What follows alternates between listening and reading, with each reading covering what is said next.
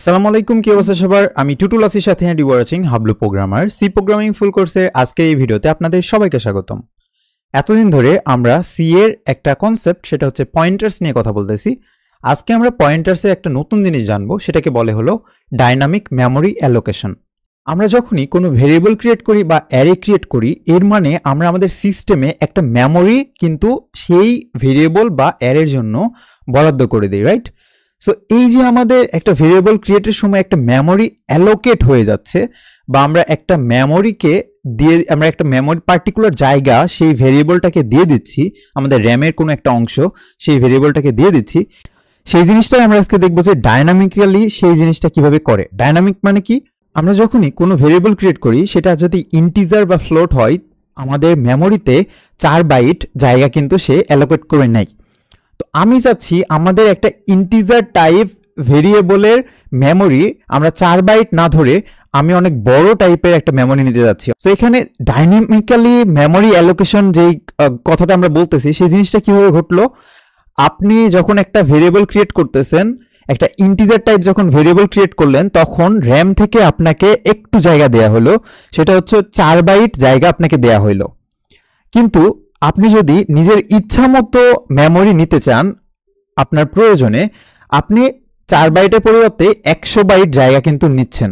So আপনি চাচ্ছেন যে আমি 100 বাইট জায়গা আমার প্রয়োজনে আমি নিব, আমার এই ইন্টিজার ভেরিয়েবলের মধ্যে আমি অনেকগুলো ডেটা স্টোর করে রাখবো, বা আমার ক্যারেক্টারের মধ্যে অনেক স্ট্রিং আমি স্টোর করে রাখবো। এই কারণে আমি আমার ইচ্ছা মতো মেমোরি আমার সিস্টেম থেকে নিতে চাচ্ছি। সেই ক্ষেত্রে আমাদের যে কনসেপ্টটা লাগে সেটাকে বলা হয় মেমোরি অ্যালোকেশন বা ডাইনামিক মেমোরি অ্যালোকেশন। নর্মালি আমরা যখন কোনো ভেরিয়েবল ক্রিয়েট করি, তখন একটা স্মল অ্যামাউন্ট অফ মেমোরি আমাদেরকে কিন্তু অ্যালোকেট করা হয়। আমি যদি চাই সেই মেমোরিটা বাড়াইতে, সেক্ষেত্রে আমাদের ডাইনামিক মেমোরি অ্যালোকেশন কনসেপ্টটা ফলো করতে হবে।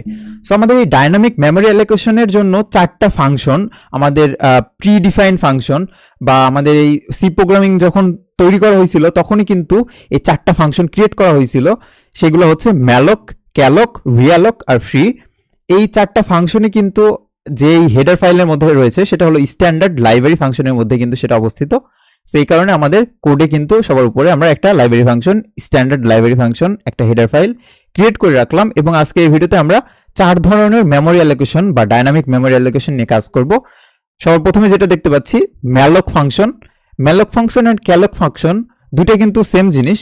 ম্যালক ফাংশনের কাজ হচ্ছে মেমোরি অ্যালোকেট করা, তার মানে নতুনভাবে কোনো একটা ভেরিয়েবলের জন্য আমরা আমার ইচ্ছা মতো মেমোরি অ্যালোকেট করতে যাচ্ছি বা তাকে মেমোরি দিতে যাচ্ছি, সেক্ষেত্রে আমাদের ম্যালক ইউজ করতে হয় বা মেমোরি অ্যালোকেশনের জন্য। ক্যালকও কিন্তু সেম কাজই করে, ম্যালক এবং ক্যালকের কাজ সেম জিনিস, মেমোরি অ্যালোকেট করা বা নতুনভাবে তাকে আমরা সম্পত্তি দিয়ে দিচ্ছি। অ্যান্ড রিয়ালকের কাজ হচ্ছে, সাপোজ আমার এখন বর্তমানে 10 একর জমির পরিমাণ রয়েছে এবং আমি চাচ্ছি যে আরো অনেক ব্যবহার করতে, আমার কোডের মধ্যেই, কোডের ভিতর কোড শেষ করার আগ মুহূর্তেই আমি চাচ্ছি যে আমি আরো মেমোরি নিজের ইচ্ছা মতো বাড়াবো। সেই ক্ষেত্রে আমাদের রিঅ্যালক বা রিস্টার্ট বা রিঅ্যাসেম্বল করতে হবে, বা রিঅ্যালক করতে হবে, বা রিঅ্যালোকেশন করতে হবে। এই কারণে আমরা রিঅ্যালক ফাংশন ইউজ করি। আর সবার শেষে আমরা একটা ফাংশন ইউজ দেখতে পাচ্ছি, সেটা হচ্ছে ফ্রি। এই ফ্রি মানে কি? আমরা যে মেমোরিগুলো নিয়ে কাজ করতেছি বা আমাদের র্যাম থেকে যে মেমোরিটা নিছি, সেই মেমোরিটা আমরা আবার সিস্টেমকে ফিরাই দেব। এই জন্য আমরা ফ্রি ফাংশনটা ইউজ করি। সো ফ্রির কাজ কিন্তু আপনারা এখন বুঝলেন যে এতক্ষণ পর্যন্ত যেই ডাইনামিক মেমোরিটা আমরা নিছি সিস্টেম থেকে, সেই মেমোরিটা আমরা কোড রান করার পর সিস্টেমকে ফিরাই দেওয়ার জন্য ফ্রি ফাংশনটা আমরা ইউজ করি। ওকে, এক এক করে আমরা এখন দেখব ম্যালক, ক্যালক এবং রিয়ালক আর ফ্রি কিভাবে কাজ করে। সো এই যে মেমোরি অ্যালোকেশনের কথাগুলো বলতেছি, এই কনসেপ্টগুলো কার মধ্যে কাজ করে? পয়েন্টার্স এর মধ্যে কাজ করে, রাইট? সো এখন আমরা পয়েন্টার্স দিয়ে আমাদের এই মেমোরি অ্যালোকেশনগুলো দেখব। কোডে আসার পর সর্বপ্রথমে আমরা একটা ভেরিয়েবল ক্রিয়েট করি, আমরা একটা স্ট্রিং টাইপ ভেরিয়েবল ক্রিয়েট করতে যাচ্ছি। তো সেক্ষেত্রে আমরা কি করতাম, আগে একটা আমাদের ভেরিয়েবলের টাইপটা দিতাম, ক্যারেক্টার টাইপ হবে, এবং আমাদের স্ট্রিংটার একটা নাম দিতাম। সো str নামের আমরা একটা স্ট্রিং ক্রিয়েট করতে যাচ্ছি, এবং এটার সাইজ আমরা দিয়ে দিতাম, যেহেতু একটা স্ট্রিং একটা অ্যারে হবে, সো এটার সাইজ আমরা 20 দিয়ে দিলাম। এবং আমি এর মধ্যে কিছু একটা ভ্যালু অ্যাসাইন করে দিই, যেমন আমি কোটেশনের মধ্যে হাবলু প্রোগ্রামার লিখে দিলাম। আমরা এখন এই str ভেরিয়েবলটা ক্রিয়েট করলাম এবং এটার সাইজ দিলাম 20। এর মানে আমাদের সিস্টেমে র্যামে সে 20 বাইট জায়গা কিন্তু নিল। এখন আমি যদি এটাকে ডাইনামিক মেমোরি অ্যালোকেশন টাইপ করে যদি আমরা এই যে এটার সাইজ আছে 20, এটাকে যদি বাড়াইতে চাই আমরা কিন্তু সেটা বাড়াইতে পারবো। সো সেই জিনিসটা এখন দেখব। আমরা যেহেতু ডাইনামিক মেমোরি অ্যালোকেশন কি বলছি, পয়েন্টারসে কাজ করে, সেজন্য আমাদের কি করতে হবে, একটা পয়েন্টার ভেরিয়েবল ক্রিয়েট করতে হবে। সো ক্যারেক্টার str2 নামের আমরা একটা পয়েন্টার ভেরিয়েবল ক্রিয়েট করব। সো একটা আমাদের স্টার সাইন দিতে হবে। সো str2 নামের আমরা একটা পয়েন্টার ভেরিয়েবল ক্রিয়েট করলাম। ক্রিয়েট করার পর এখন আমরা এই str2 কে মেমোরি অ্যালোকেট করে এইটার সাইজ আমরা 20 দিয়ে দেব। সো দেখি এই জিনিসটা কিভাবে করে। সো str2 মানে যেই ভেরিয়েবলটার আমরা মেমোরি অ্যালোকেশন করব, যে পয়েন্টার ভেরিয়েবলটার, সেই পয়েন্টার ভেরিয়েবলটা লিখতে হবে, ইকুয়াল সাইন দিতে হবে এবং আমাদের ফাংশনটাকে কল করতে হবে। আমাদের ফাংশনটা কি, malloc ফাংশন। সো malloc-কে আমরা লিখলাম, লেখার পর আমাদের যেহেতু ফাংশন, সো ফার্স্ট ব্র্যাকেট দিতে হবে। এখন এই যে malloc ফাংশনটা আমাদের যেই সিকোয়েন্সটা আছে লেখার, সেই সিকোয়েন্সটা হলো সবার প্রথমে আমরা কত সাইজ দিতে চাই সেই সাইজটা দিতে হবে। সো আমি আমাদের এই str যেই ভেরিয়েবলটা আছে সেটার সাইজ দিতে যাচ্ছি। সো 20 সাইজ আমরা দিয়ে দিলাম। ওকে, এখন আরেকটা জিনিস আমরা মাথায় রাখবো, malloc-এর ক্ষেত্রে আমাদের যে সিকোয়েন্সটা কোডের অর্থাৎ সিনট্যাক্সটা আমাদের এইভাবে লিখতে হবে। সর্বপ্রথমে সাইজটা দিতে হবে, অর্থাৎ কত সাইজ আমরা মেমোরি অ্যালোকেট করতে যাচ্ছি। এবং যেহেতু malloc এটা m দিয়ে শুরু হয়েছে, তার মানে মাল্টিপ্লাই হবে। এটা আপনার মাথায় রাখার জন্য আমি বলতেছি, মাল্টিপ্লাই হবে। সো আমাদের ইনটু সাইন ইউজ করতে হবে এবং ইনটুটা হবে কার সাপেক্ষে আমরা ইনটু করতেছি, আমরা কার সাপেক্ষে এই মেমোরি অ্যালোকেট করব, আমরা ক্যারেক্টারের সাপেক্ষে কিন্তু মেমোরি অ্যালোকেট করব। সো ক্যারেক্টারের সাইজের সাপেক্ষে মেমোরি অ্যালোকেট করব। সো ক্যারেক্টারের সাইজ আমরা কিভাবে জানি, আমরা কিন্তু শিখছিলাম যে সাইজ অফ যেই ফাংশনটা আছে, সাইজ অফ ফাংশন দিয়ে কিন্তু আমরা কোনো একটা ভেরিয়েবলের সাইজ কিন্তু জানতে পারি। সো এখানে আমাদের কি লিখে দিতে হবে, ক্যারেক্টার যেহেতু ভেরিয়েবলের আমরা ক্যারেক্টার ভেরিয়েবলের সাইজের সাপেক্ষে আমরা মেমোরি অ্যালোকেট করতেছি 20 বাইট, এই কারণে কিন্তু আমাদের এই জিনিসটা লিখে দিতে হবে। এটা যদি ইন্টিজার হতো তাহলে আমরা কি করতাম, আমরা সর্বপ্রথমে কত সাইজ আমরা বাড়াইতে যাচ্ছি, মেমোরি অ্যালোকেট করতে যাচ্ছি, সেই সাইজটা দিতাম। যেহেতু malloc ইউজ করতেছি ইনটু দিতাম এবং আমাদের সাইজ আপের মধ্যে এখানে ইন্টিজার লিখে দিতাম, রাইট? এখন আমাদের একটা জিনিস চেক করতে হবে, একটা মজার জিনিস চেক করতে হবে, সেটা হচ্ছে আমি যে এখানে আমার মন মতো একটা ভেরিয়েবলকে একটা সাইজ ডাইনামিক্যালি মেমোরি অ্যালোকেট করতে চাচ্ছি, আমার তো র্যামে তো জায়গা থাকতে হবে, সেই জিনিসটা তো আমাদের চেক করতে হবে, রাইট? এখন আমার র্যামে যদি জায়গা না থাকে তাহলে কি সে মেমোরি অ্যালোকেট করবে? না, সে কিন্তু মেমোরি অ্যালোকেট করবে না। এই জন্য আমাদের এখানে একটা স্টেটমেন্ট চালিয়ে দেখতে হবে যে আমাদের র্যামে জায়গা রয়েছে কিনা। সেই জন্য আমাদের একটা ইফ স্টেটমেন্ট লিখতে হবে এবং বলতে হবে যে আমাদের এই যে str2টা যে আমরা ক্রিয়েট করতেছি, এটা কি ক্রিয়েট হয়েছে কি হয় নাই। সো ডাবল ইকুয়াল আমরা বলে দিলাম যে নাল। সো নাল মানে এটা কি ক্রিয়েট হয়েছে না হয় নাই। সো নাল মানে বোঝাচ্ছে যে এটা যদি ট্রু হয় তার মানে বোঝাচ্ছে যে ক্রিয়েট হয় নাই।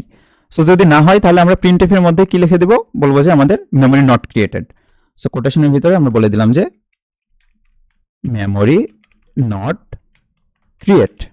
এখানে আমরা আরেকটা স্টেটমেন্ট ইউজ করি, এলস স্টেটমেন্ট। সো এলস এর মধ্যে আমরা কি করতেছি, যদি ই ব্লক কাজ না করে তাহলে এলস এর মধ্যে আসবে। এলস এর মধ্যে এসে আমরা একটা জিনিস করি, সেটা হচ্ছে আমাদের যে স্ট্রিংটা রয়েছে সেই স্ট্রিংটাকে আমরা কপি করি, অর্থাৎ আমাদের str নামের প্রথম যে স্ট্রিংটা আছে সেটাকে কপি করে আমরা str2 তে রাখতে যাচ্ছি এবং দেখতে চাচ্ছি যে এটা কি কাজ করছে কি করে নাই, অর্থাৎ আমরা যে মেমোরি অ্যালোকেট করলাম ডাইনামিক ভাবে সেটা কি কাজ করতেছে নাকি।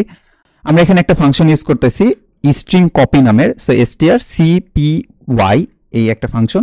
আমরা যখন স্ট্রিং নিয়ে কথা বলবো তখন কিন্তু এই ফাংশনগুলো নিয়ে দেখব। এখন আপনারা জাস্ট একটু দেখেন কিভাবে কাজ করতেছে আমাদের এই ডাইনামিক মেমোরি অ্যালোকেশন। সো এর মধ্যে আমরা কি চাচ্ছি, কাকে কপি করতে যাচ্ছি, আমাদের str2 এর মধ্যে কপি করে রাখতে যাচ্ছি, কমা দিয়ে আমাদের str মানে আমাদের প্রথম যে স্ট্রিংটা আছে সেটাকে আমরা কপি করে str2 এর মধ্যে রাখতে যাচ্ছি। ওকে, রাখলাম। এখন আমরা আমাদের স্টেটমেন্টের বাইরে গিয়ে দুইটা প্রিন্টএফ ফাংশন চালাবো। সো প্রিন্টএফ ফাংশনের মধ্যে আমি সর্বপ্রথমে আমাদের যেই প্রথম স্ট্রিংটা আছে সেটাকে প্রিন্ট করব। সো %s যেহেতু স্ট্রিং প্রিন্ট করব, এন্ড আমরা এখানে \n দিয়ে দিই যেহেতু নিউ লাইন আমরা নতুন লাইনে দেখাতে চাচ্ছি, এবং str লিখে দিলাম। প্রথম স্ট্রিংটা আমরা প্রিন্ট করলাম। একইভাবে এই কোডটা আমরা কপি করে নিচের লাইনে পেস্ট করে দিয়ে এখানে জাস্ট আমরা str2 বলে দেই। ওকে, এখন যদি আমরা কোডটা বিল্ড এন্ড রান করি তাহলে দেখতে পাবো যে দুইটাই কিন্তু হাবলু প্রোগ্রামার রান করছে।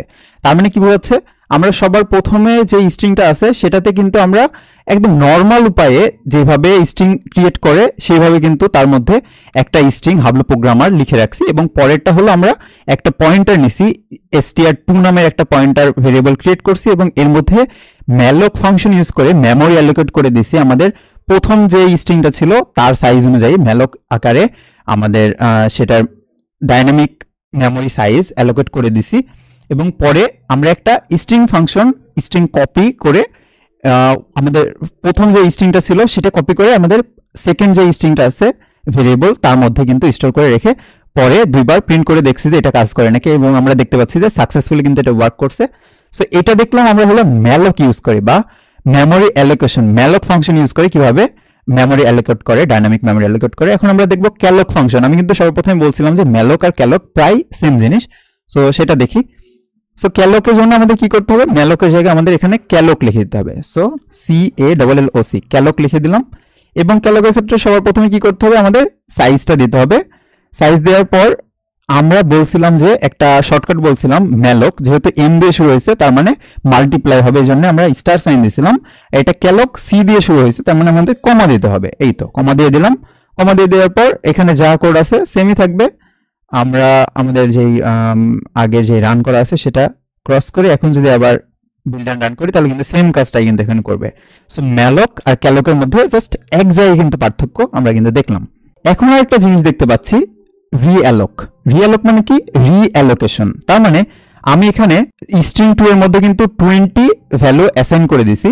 এখন আমি চাচ্ছি যে 20 থেকে আরো বড় মেমোরি অ্যালোকেট করতে, ডাইনামিক ভাবে মেমোরি অ্যালোকেট করতে, যার মধ্যে আমরা বড় একটা স্ট্রিং রাখবো।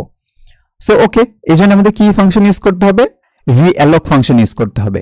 সো realloc ফাংশন ক্রিয়েট করার জন্য আমরা কি করব, আমাদের যে স্ট্রিং 2টা আছে তারই আমরা আরো মেমোরি অ্যালোকেট করতে যাচ্ছি। সো এই জন্য আমাদের কি করতে হবে, সেম ভাবে আমাদের এই যে স্ট্রিং 2টা আছে, স্ট্রিং 2টাকে কল করলাম, ইকুয়াল সাইন দিলাম এবং আমাদের ফাংশনটাকে কল করতে হবে। সো realloc নামের ফাংশনটা কল করলাম। কল করার পর আমাদের সর্বপ্রথমে লিখতে হবে যে কার সাইজ আমরা বাড়াতে যাচ্ছি। আমরা আমাদের যে স্ট্রিং 2 আছে স্ট্রিং 2 সাইজটা বাড়াতে যাচ্ছি, কমা দিব। এবার একটা কমা দিয়ে আমাদের যেই malloc-এর ক্ষেত্রে যেই সিকোয়েন্সটা ছিল সেটা কিন্তু লিখে দিতে হবে। সো সর্বপ্রথমে আমাদের সাইজটা দিতে হবে। সো 100 সাইজ দিলাম এবং আমাদের স্টার সাইন দিতে হবে। মাল্টিপ্লাই হবে, কার সাপেক্ষে মাল্টিপ্লাই হবে, আমাদের সাইজ অফ এর সাপেক্ষে মাল্টিপ্লাই হবে। কার সাইজ অফ, যেহেতু স্ট্রিং নিয়ে কথা বলতেছি বা ক্যারেক্টার নিয়ে কথা বলতেছি, এই কারণে আমাদের CHAR আমাদের ভেরিয়েবলের টাইপটা কিন্তু লিখে দিতে হবে। এখন আমরা যদি একটা বিল্ট ইন ফাংশন চালাই, str কপির মধ্যে আমরা আমাদের যে স্ট্রিং 2টা আছে স্ট্রিং 2 কমা দিয়ে একটা বড় স্ট্রিং এখানে স্টোর করে রাখতে যাচ্ছি, 100 সাইজের স্ট্রিং। সো এখানে লিখতে পারি যে my name is Hablu programmer, বড় একটা স্ট্রিং কিন্তু এখানে স্টোর করলাম। সো এই জিনিসটা আমরা এখন দেখব যে এটা কি কাজ করছে নাকি। আমরা যেহেতু 100 সাইজ দিলাম এখানে, সো এখানে আমাদের কি করতে হবে, প্রিন্টএফ ফাংশন কিন্তু লিখতে হবে। সো নিচে গিয়ে আমরা নিচে আমাদের প্রিন্টএফ ফাংশনটা লিখে দিলাম। এখন যদি বিল্ড এন্ড রান করি তাহলে কিন্তু আমাদের এটা কাজ করার কথা। এই যে প্রথম দুইটা কিন্তু আমরা দেখছি malloc আর ক্যালক ইউজ করে, পরেরটা আমরা realloc ইউজ করে আমার মেমোরি অ্যালোকেশন ডাইনামিক মেমোরি বাড়াইছি হলো 100 বাইটস পর্যন্ত, এবং এরপরে এটা আমরা প্রিন্ট করে দিছি my name is Hablu programmer, অর্থাৎ বড় একটা স্ট্রিং কিন্তু সে প্রিন্ট করতে পারছে। সো আমরা কিন্তু তিনটা জিনিস দেখলাম, malloc, ক্যালক, realloc ফাংশন। এখন আমরা দেখব যে ফ্রি কিভাবে কাজ করে। ফ্রি মানে কি, আমরা আমাদের কোডটা এক্সিকিউট হওয়ার পর সেটার আমাদের মেমোরিটা রিলিজ করে দিব আমাদের সিস্টেমকে, সেই জিনিসটা দেখব।